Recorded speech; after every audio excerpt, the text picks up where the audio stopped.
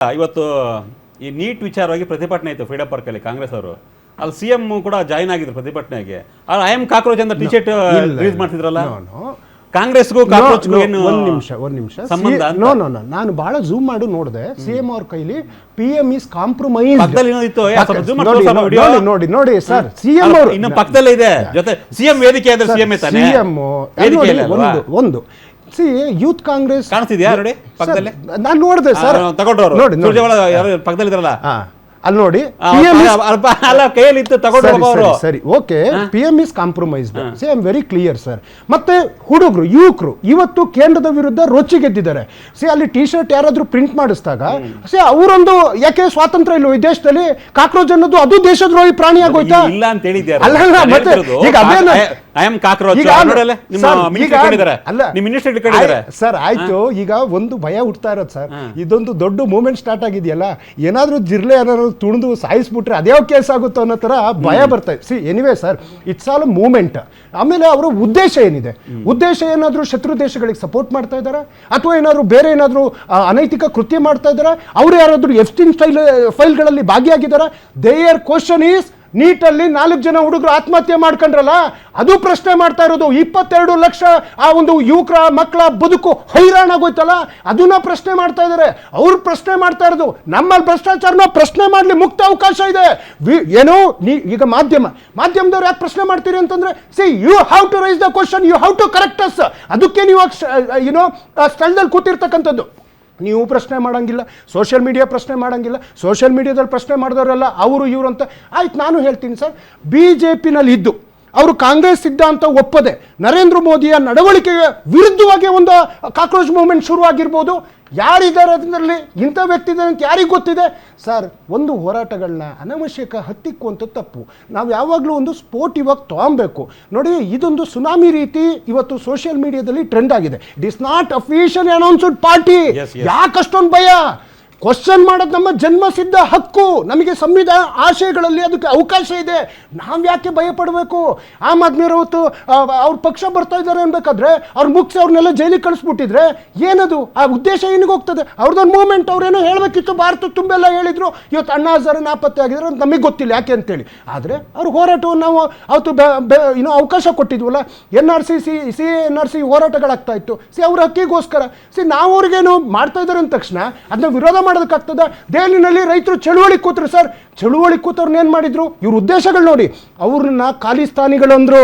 ಅವತ್ತು ಅವರು ಉಗ್ರಗಾಮಿಗಳು ಅಂತ ಇದೇ ಶೋಭಾ ಕರ್ಲಾಜೆ ಅವರಂದ್ರು. ಪಾಪ ಈ ದೇಶ ಕುತ್ತನೆ ಬಿತ್ತನೆ ಅನ್ನ ಜೈ ಜವಾನ್ ಜೈ ಕಿಸಾನ್ ಅಂತ ಲಾಲ್ ಬಹದ್ದೂರ್ ಶಾಸ್ತ್ರಿ ಹೇಳಿದ್ರು. ಅವ್ರು ಬರೋದಾರಲ್ಲಿ ಮುಳ್ಳಿನ ತಂತಿ ಬೇಲಿ ಹಾಕಿದ್ರು, ಅಶ್ರುವಾಯು ಪ್ರಯೋಗ ಮಾಡಿದ್ರು, ಅವ್ರ ಮೇಲೆ ಗೋಲಿಬಾರ್ ಮಾಡಿದ್ರು, ಲಾಠಿ ಚಾರ್ಜ್ ಮಾಡಿದ್ರು, ತಂತಿ ಬೇಲಿ ಕಟ್ಟಿಬಿಟ್ಟು ಅವರಿಗೆ ಇರಬಾರ್ದು ಹಿಂಸೆ ಕೊಟ್ಟು 728 ಜನರ ಕೊಂದ್ರಲ್ಲ ಸರ್. ಯಾಕೆ ನಿಮ್ಮ ವಿರುದ್ಧ ಧ್ವನಿ ಎತ್ತಿದ್ರೆ? ಯಾವ ವಿಚಾರವಾಗಿ ಅವ್ರು ಧ್ವನಿ ಎತ್ತಿದ್ದು? 3 ಕೃಷಿ ಕರಾಳ ಕಾಯ್ದೆ ವಿಚಾರವಾಗಿ ಅವ್ರು ಧ್ವನಿ ಎತ್ತಿದ್ದು. ಅವತ್ತು ರಾಜೀವ್ ಗಾಂಧಿ ಅವ್ರ ಕಾಲದಲ್ಲೂ ರೈತರು ಹೋರಾಟ ಮಾಡಿದ್ರು, ಪ್ರಧಾನಿ ಕಚೇರಿ ಕರೆಸಿದ್ರು ಸ್ವಾಮಿ. ಅವ್ರ ಬೇಡಿಕೆಗಳನ್ನ ಈಡೇರಿಸಿದ್ದಾರೆ.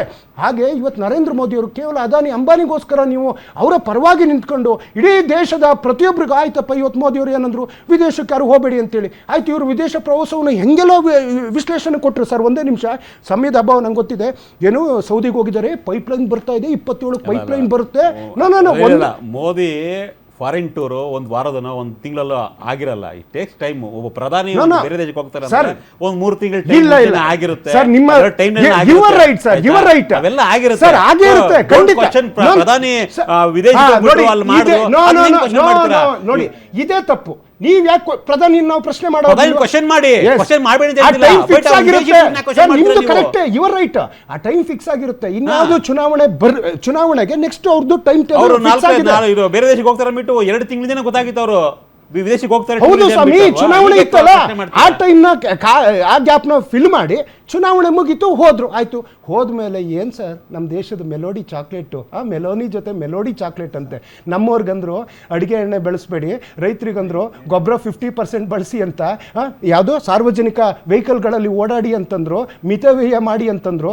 ಈಗ ಇವ್ರು ನೋಡಿದ್ರೆ ಇಟಲಿನಲ್ಲಿ, ರೋಮಲ್ಲಿ ಅದ್ಯಾರೋ ಒಬ್ಬ ಪ್ರಾಬ್ಲಮ್ ಏನ್ ಗೊತ್ತಾ ಕಾಂಗ್ರೆಸ್ ಅವ್ರದ್ದು? ಎಕ್ಸಾಂಪಲ್ ನಾನು ಹೇಳ್ತೀನಿ. ಈಗ ಮಹಾರಾಷ್ಟ್ರ CM ಫಡ್ನವೀಸ್ ಒಂದಿನ ಬೈಕಲ್ಲಿ ಬಂದರು, ಆಯ್ತಾ? ನೆಕ್ಸ್ಟ್ 3 ದಿನ ಮಾಮೂಲು ಸೇಮ್ 10 ಕಾರ್ಗಳು ಬಂದುವೆ, ಆಯ್ತು. ಅದನ್ನ ಟೀಕೆ ಮಾಡೋಣ.